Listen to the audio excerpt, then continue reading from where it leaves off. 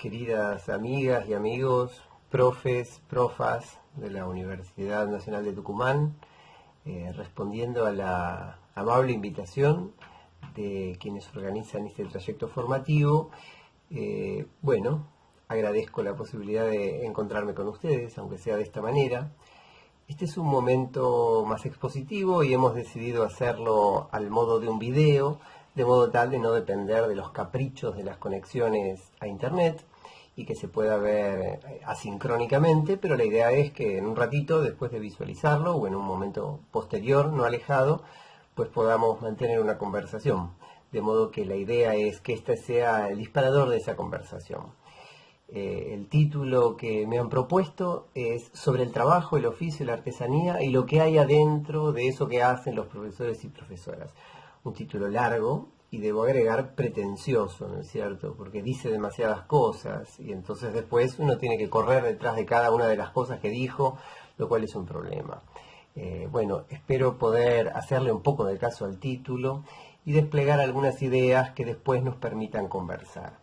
Me gustaría comenzar planteando algo en relación a los maestros y los alumnos como actores de una relación, ¿sí? Cuando nos encontramos en el aula con los estudiantes, tejemos algo del orden de lo relacional, hay un vínculo y si después contamos la historia de nuestra materia con ese grupo, es como contar la historia de una amistad o como la historia de un amor, ¿no es cierto? Por más que no nos hayamos hecho amigos y por más que no nos hayamos enamorado, estamos contando una relación. En eso se parece a la amistad y al amor. Pero la enseñanza, y a esto quiero llegar, no es solo una relación. La enseñanza es al menos otra cosa que convive con la relación, porque esa relación no empieza como suelen empezar las relaciones, empieza por una marca institucional. La enseñanza es al mismo tiempo una relación y un sistema, agregó, de proporciones industriales que produce algo muy diferente de lo que producen las relaciones. Cuando pensamos la enseñanza en términos de las relaciones, nos mueven las reciprocidades de esta alteridad cotidiana que es encontrarnos con los pibes en el aula y saber que la clase pasada alguien dijo algo que nos dejó pensando y esta clase lo vamos a retomar. Pensar en términos de las relaciones es pensar en términos de las angustias que nos genera ese encuentro, porque siempre los encuentros generan algo de, los psicoanalistas dicen, de esfuerzo intersubjetivo, ¿no? De trabajo psíquico. Pensar la relación es pensar la parte vivida y la parte vívida. Donde sea que le pongamos el acento tiene sentido de la enseñanza. En cambio, pensar la enseñanza en términos de sistema es pensarla en términos de todas las regulaciones que la rodean, de todos los rituales que la rodean y también de todas las utopías que la rodean.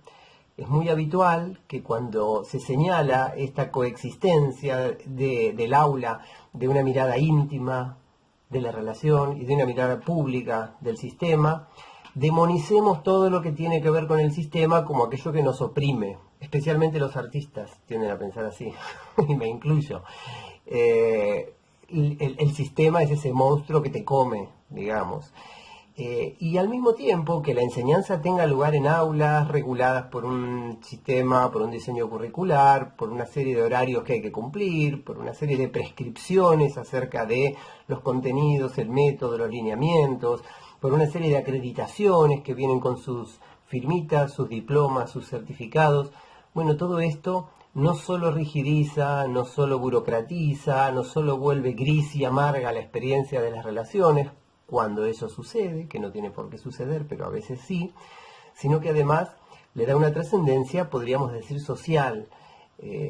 Hace que las relaciones de enseñanza funcionen al amparo de una visión más grande, de una visión utópica sobre alguna idea de ser humano, alguna idea de mundo, alguna idea de vida que merece ser vivida junto con los otros, en un espacio común. La enseñanza es dos cosas al mismo tiempo, dije, una relación y un sistema enorme. Los lugares más evidentes donde el sistema mete la mano en la relación son la planificación, la evaluación, el currículum, los horarios, la lista de asistencia. si nosotros simplemente nos juntáramos por el puro gusto de enseñar y aprender, para disfrutar de un lindo momento de enseñanza y de aprendizaje, y no nos corriera nadie y no existieran todos esos condicionantes, a nadie se le ocurriría tomar exámenes, ni tomar lista, tomaríamos vino, o cerveza o café con leche, pero no examen, no lista. No haríamos planificaciones formales con objetivos generales y específicos, no enumeraríamos los contenidos, la enseñanza y el aprendizaje tendrían lugar de una manera más espontánea, más artesanal, y con eso ganaríamos en términos de las relaciones, perderíamos en términos del sistema. Es decir, hay un equilibrio que se conjuga en esta idea de que la enseñanza son dos cosas que creo que ha quedado más o menos planteada. Ahora bien, uno de los elementos que trae la situación escolar a la relación de enseñanza, por esto de que también es un sistema, es lo que llamamos la obligatoriedad escolar. Y aquí llego a un segundo punto, ¿sí? Quedó planteada la idea de que la enseñanza es dos cosas al mismo tiempo, y el hecho de que sea dos cosas trae esta palabra obligatorio, obligatoriedad, que creo que es una palabra problemática, porque ¿se aprende por obligación en la escuela? ¿Cómo lidiamos con esto los profesores en general y los profesores de arte en particular? Cuando esta asociación entre arte, placer, elección, inspiración, etcétera, esta idea un poco romantizada de la relación del artista con su tarea también y de su enseñanza, con estas tradiciones discipulares, digamos, tan individualizadas y alejadas de un contexto de compulsividad, de cosa pública, hace que lo obligatorio sea difícil de pensar. Pensemos que la idea de obligar es una idea que a nivel de las relaciones nos incomoda mucho. Nosotros nos gusta creer que contamos con la aprobación, con el gusto, con la intención y con el compromiso de nuestros estudiantes en el aula, y la idea de tenerlos encerrados a la fuerza, cosa que de hecho sucede en las escuelas, ¿no? ¿Qué pasaría si un niño de tercer grado o de tercer año de la secundaria quiere irse de la escuela? Bueno, lo más probable es que no le resulte tan fácil, ¿no? Necesitaría alguna autorización, que lo vengan a buscar, pero alguien lo detendría físicamente en la puerta, el portero, por ejemplo. Los chicos están literalmente encerrados en la escuela, es una institución de encierro, como se las ha definido en algún texto de Foucault hace muchas décadas.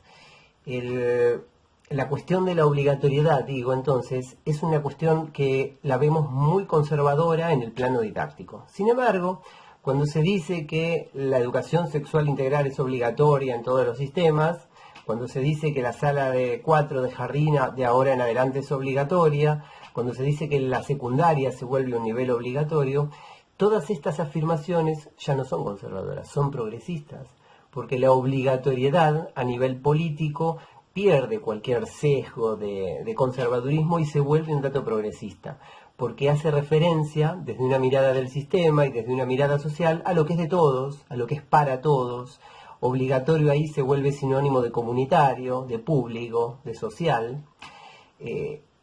Todo esto nos invita a pensar que en el aula los profesores somos al mismo tiempo sujetos de esa relación, sujetos de esas biografías, sujetos de esas vidas que se entrelazan y se encuentran, pero al mismo tiempo somos sujetos políticos. Y si bien podemos buscar nuestra parte de sujetos políticos afiliándonos al sindicato, lo cual está muy bien, o militando en un partido político, lo cual también está muy bien, en lo profundo de la esencia de ser profesor, el carácter político está dado por estos lugares en los que se cruza el sistema con la relación. Y somos sujetos políticos cuando nos sentamos a pensar cómo usamos la lista de asistencia, cómo usamos, qué hacemos con esto que el sistema pone en nuestra mano, que es la obligación de evaluar, y no lo elegimos nosotros, y no lo eligen los alumnos, y ni a los alumnos ni a nosotros suele gustarnos tomar exámenes, pruebas, evaluaciones.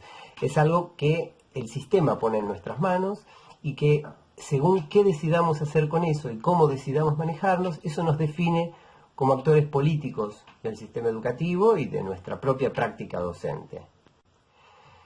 Y esta cuestión de la obligación me gustaría tomarla todavía desde un lugar más, desde un ángulo diferente, y que es el ángulo del aprendizaje.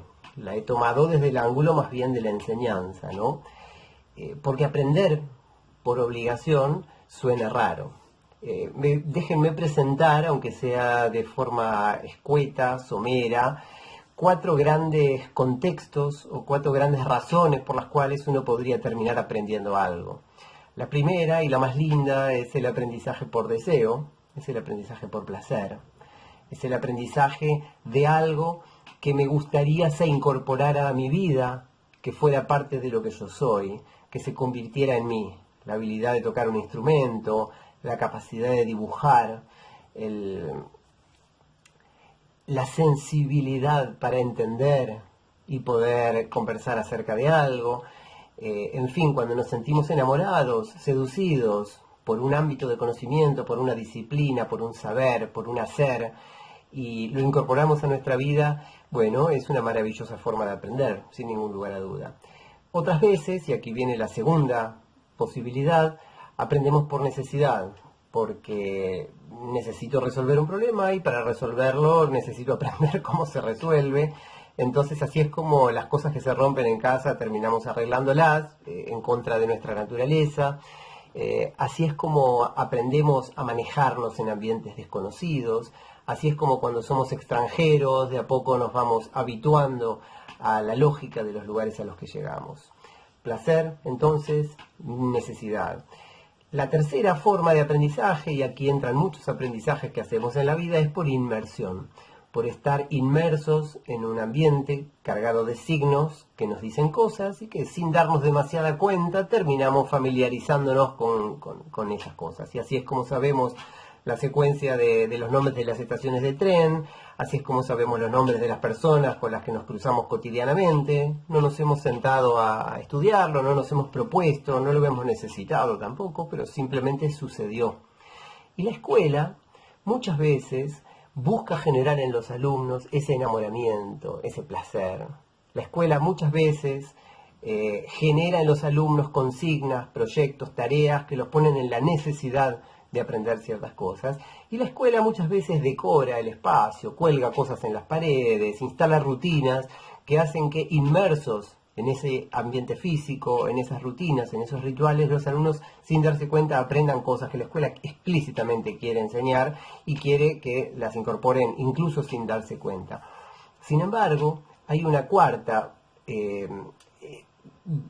marco de sentido, hay un cuarto marco de sentido para el aprendizaje, que es el característico de la escuela, y que es el aprendizaje por el estudio en el marco de la obligatoriedad escolar, que no es lo mismo que aprender por obligación, ¿no? Uno no aprende a punta de pistola, digamos. A vos te pueden llevar a la escuela si sos chiquito y dejarte en la escuela y decirte te vengo a buscar más tarde, pero eso no significa que uno pueda sentirse obligado a aprender. No obstante, que me gustaría de alguna manera desdemonizar esa forma de aprendizaje rodeada de obligatoriedad escolar y definirla no ya como un aprendizaje a la fuerza, sino como un aprendizaje como consecuencia del estudio. Y aquí entonces me voy a detener en la palabra estudio, que es la primera de 3 palabras que quiero poner en contraste con otras, ¿no? Me gustaría plantear, y aquí de alguna manera estamos llegando a una línea de separación, ya hicimos algunas distinciones respecto de la relación y el sistema, respecto de los contextos para el aprendizaje, respecto puntualmente, además de la idea de obligatoriedad. Me gustaría ahora comentar 3 dicotomías, 3 contrastes, y el primero tiene que ver con el estudio y con el aprendizaje. Las palabras estudio y aprendizaje son palabras que un pedagogo español al que le tengo muchísimo aprecio y que me gusta mucho cómo escribe, que es Jorge La Rosa, hace poquito, hace unos meses nada más, publicó un artículo muy bonito que los invito a leer. Si quieren, acá podemos anotar si tuviera un pizarrón acá, escribiría Jorge La Rosa y escribiría Vindicación del Estudio, que es el nombre del artículo que pueden conseguir online y que les dejo por ahí el link. En este trabajo, La Rosa plantea un contraste entre la idea de aprendizaje y la idea de estudio, que aunque puedan parecer casi sinónimos, ¿uno a qué va a la escuela? A aprender, a estudiar. Bueno, él dice no, a la escuela uno no va a aprender. La verdad es que la mayor parte de las cosas que aprendemos en la vida las aprendemos por placer, las aprendemos por inmersión, las aprendemos por necesidad, o la aprendemos por tarados, porque nos equivocamos, y así es como uno aprende, pero que la actividad por excelencia del estudiante, y que muchas veces conduce al aprendizaje, saludablemente, y otras no, es el estudio. El profesor es un estudioso de algo del mundo, ¿sí? de la historia del arte, por ejemplo, y el alumno es un estudiante de algo del mundo, de lo mismo. Los dos se asoman juntos hacia la historia del arte para estudiarla, y estudiarla significa poner sobre la mesa una serie de materiales, proponer una serie de ejercicios con esos materiales, leer, escribir y conversar. Y cuando esto sucede, sucede lo que solo la escuela puede promover que suceda. En ese texto además se van a encontrar ustedes con que Jorge hace una especie de recorrido etimológico por las palabras aprendizaje y estudio. Y entonces señala algo muy interesante en lo que seguramente nunca pensamos. Bueno, yo no lo había pensado antes de que él me lo propuso pensar. Y que es que la palabra aprendizaje es una palabra que a veces vieron que se escribe con la H, incluso aprehender. Significa agarrar, ¿sí? Aprehender, ¿sí? Aprender algo, agarrarlo, y agarrar algo del mundo y guardárselo en el bolsillo. De hecho, cuando terminamos un nivel educativo, la directora nos dice, se van con la mochila llena de cosas.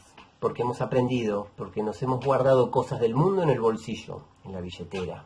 A ver si las podemos utilizar después para algo, ¿no? El aprendizaje pone el acento sobre el valor de intercambio de las cosas, y si bien todo aprendizaje nos enriquece, nos cambia, etcétera, tiene un poco más que ver con la acumulación que con la transformación, o tiene un poco más que ver con la suma de cosas que se aprenden. La actitud frente al conocimiento de la palabra aprendizaje, que invita a pensar la palabra aprendizaje, es una palabra ligada con la apropiación, con la interiorización, con la asimilación. El estudio, por el contrario, en su etimología, tiene que ver con el afecto, tiene que ver con la dedicación, tiene que ver con el brindarse a algo. Es decir, la energía del estudio es la contraria. Estudiar no es agarrarse a algo del mundo para guardárselo.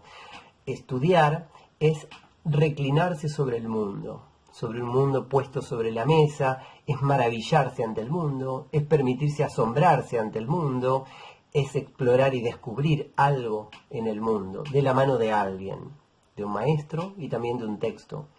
Entonces esta especie de elogio del estudio, esta especie de recuperación de la idea de estudio, creo que nos invita a pensar en este primer contraste, ¿no? Entre aprendizaje y estudio, que no es una crítica al aprendizaje, ¿no? A todos nos gusta mucho aprender cosas desde ya, pero lo que tiene el aula es que genera esta forma de magia, esta forma que no sucede en ningún otro lugar que en las aulas, de magia, y que consiste en posibilitar una conversación entre un profesor, un estudioso y un grupo de estudiantes respecto del mundo, sin que eso tenga asociación con una utilidad práctica inmediata, de una manera lenta, sin apuro, regalándose un tiempo liberado de otras obligaciones, de otros compromisos, y que nos permite, de alguna manera, disfrutar de esa conversación que nos transforma. Las conversaciones en el aula nos convierten en otra cosa que no éramos. A ustedes, por ejemplo, los convierte en profesores de no sé qué o en licenciados de no sé qué. Las conversaciones que tenemos en la fila del bar, del supermercado o en la mesa del bar no nos convierten en nada. Y no solo porque no nos den un diploma, sino porque no contienen este elemento de despliegue de un tiempo específico para el estudio, despojado de otras cuestiones y despojado no solo de interrupciones, sino de otras finalidades que no sea la del estudio. Y esto es algo maravilloso. Seguimos en el siguiente video para que no sean tan pesados, ¿sí? En megabytes. Así que vamos al siguiente.